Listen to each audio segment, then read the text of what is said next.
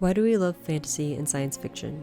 Because they have worlds so completely different from our own, and yet they feel real to us.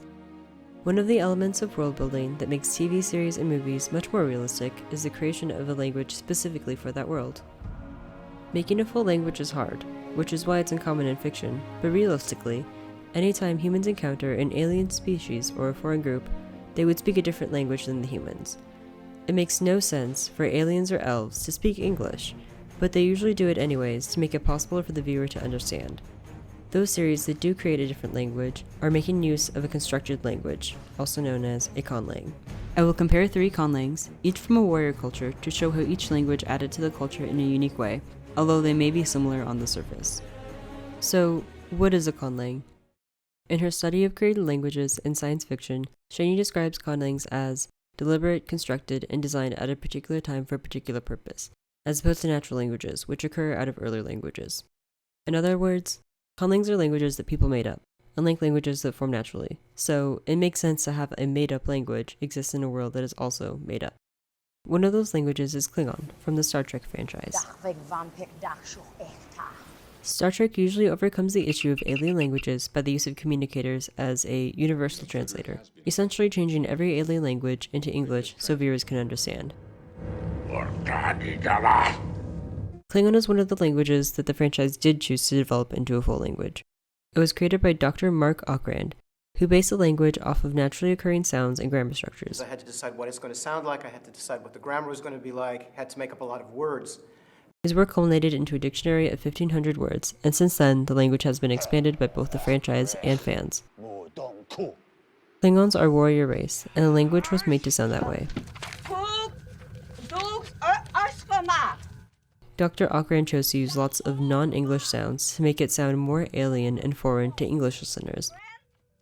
He also increases the use of the sound K, or K, because of its association with outer space and aliens in words like kryptonite.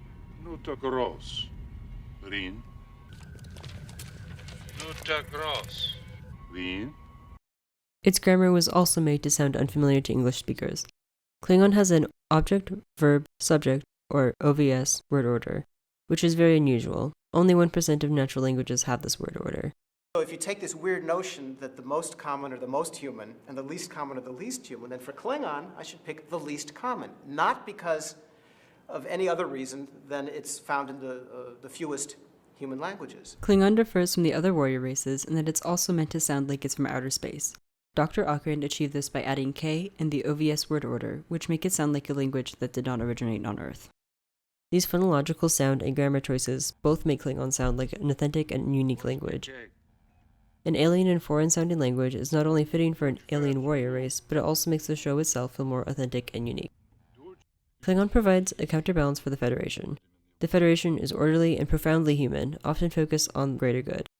On the other hand, the most crucial element of Klingon society is honor. They look and act like warriors. It would ruin the comparison to the Federation if they always spoke English, and the creation of the Klingon language defines what Klingon culture sounds like, foreign and crude, even in civilized space. Just train, just down. The Grounders and the 100 are another sci-fi warrior race, but the creator David J. Peterson took an alternative approach.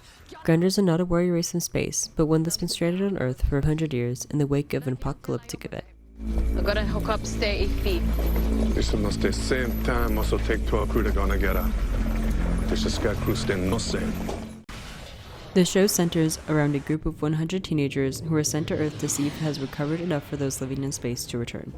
When the 100 first encounter the Grounders, they try to speak to them in English, and the Grounders reply in Trigedasleng, showing how much English has rapidly evolved in the time that they have been away. We introduced the Grounder language to kind of show that, there's a whole other world out there. They've come down to Earth, and to suggest that everything's just the same, everyone's speaking the same language is kind of naive. The new language is fitting for the plot of the show because it sounds distinct from English while also keeping an accented version of many of the sounds. Go through clean. Clear, not clean.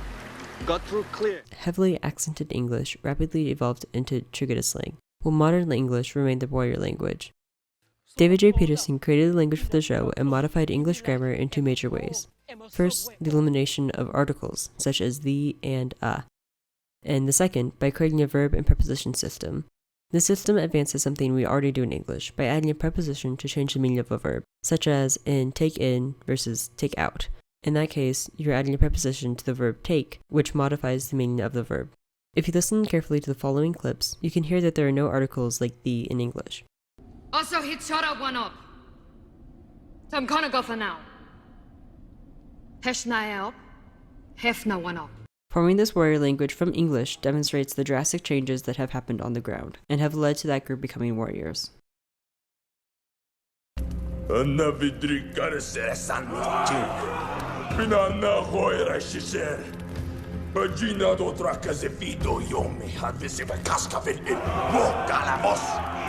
Dothraki was also made by David Peterson, but he wanted it to sound like a harsh desert language. He uses sounds from German, Russian, and Arabic in a way that emphasizes throaty sounds, such as k, as in Bach.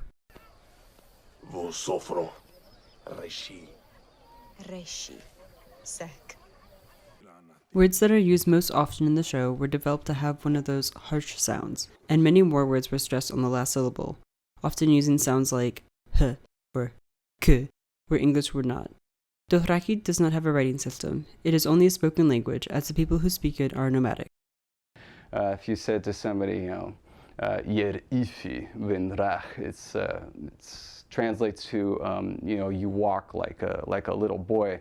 And the thing that's so offensive there is not so much the little boy part as the walking part. It's really offensive to call somebody, refer to them as a walker, because, if you're a Dothraki, you ride on horses or you don't go at all.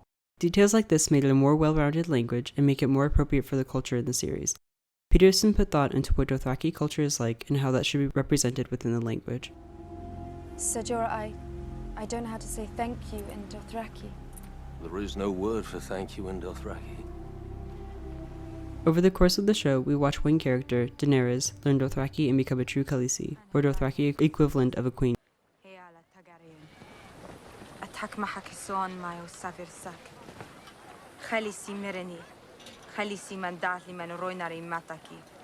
As she learns the language, she becomes more involved with the culture, and in the end, her character development also changes from shy and quiet to strong and loud. She adopts the mindset of the Dothraki people and grows into a true Khaleesi who can speak the language fluently.